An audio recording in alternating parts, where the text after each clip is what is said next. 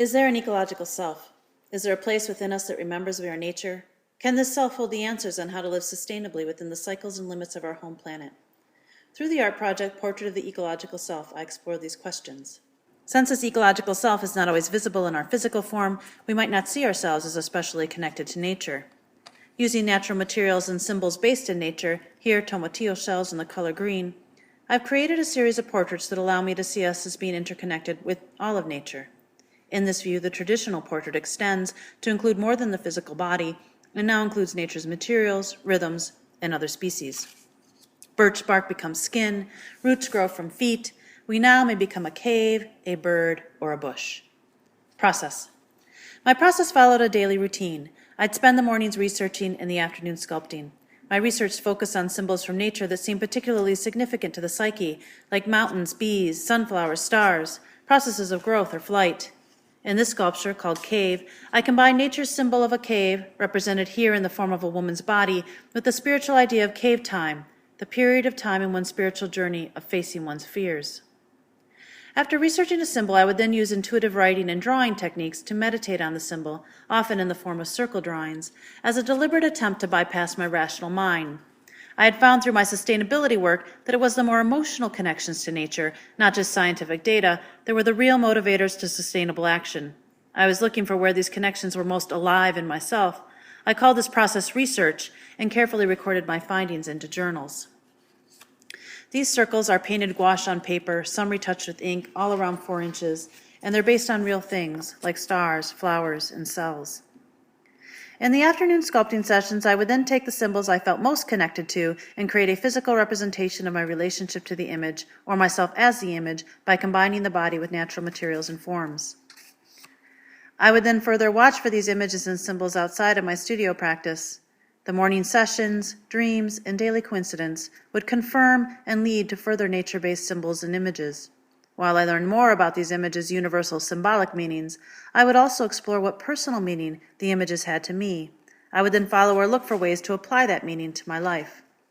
Through this process, I began to realize that the more I understood what my specific images and personal symbols were, such as a reoccurring red bird, a green-colored egg, the place that the Pleiades wait, the more powerful relationship I had to the universal.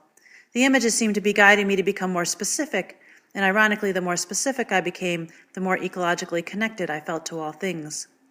As I made each sculpture and took on the quality of each image's symbolic meaning, I was beginning to see myself as nature. The first series of images from this project came to me not as full figures, but as body parts.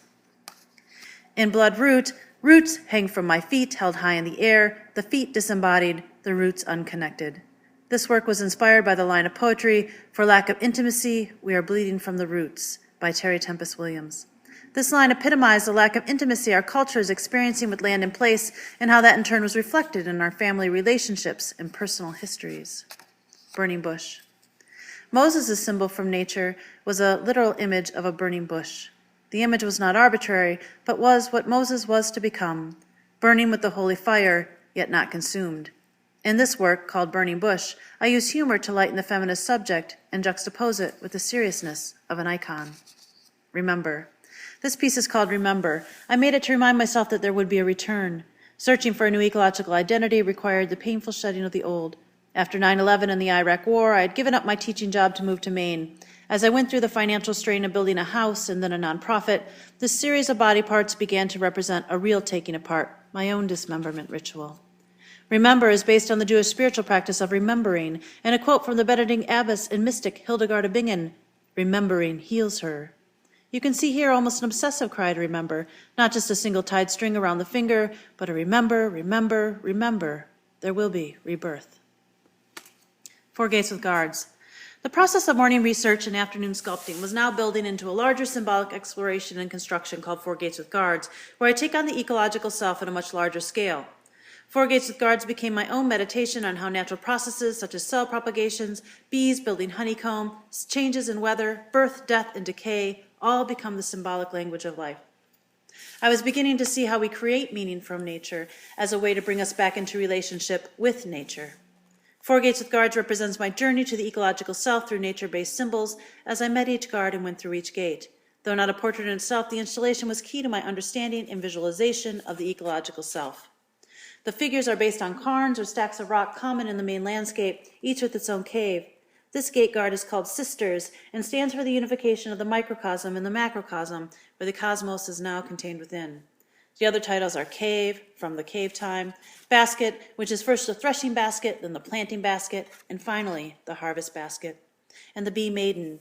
The Bee Maiden's cave is filled with the precious honeycomb that represents spiritual food that is either stolen or given as a gift from the gods. Several of the figures are given a false face on the back view, like butterfly wings have false eyes, so that if you approach from the back, you think you are looking at the front. This is the back view of the Bee Maiden. To comprehend what I experienced while creating Four Gates with Guards and the Ecological Self portraits, I distilled those journal writings into repurposed and handmade books.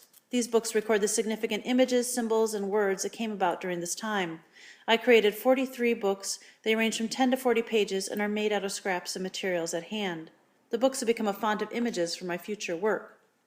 Here, a figure of a bird overlooks the mountain edge, the sculpture, When I Am a Bird, referring to times when there can be spiritual insight. Conclusion.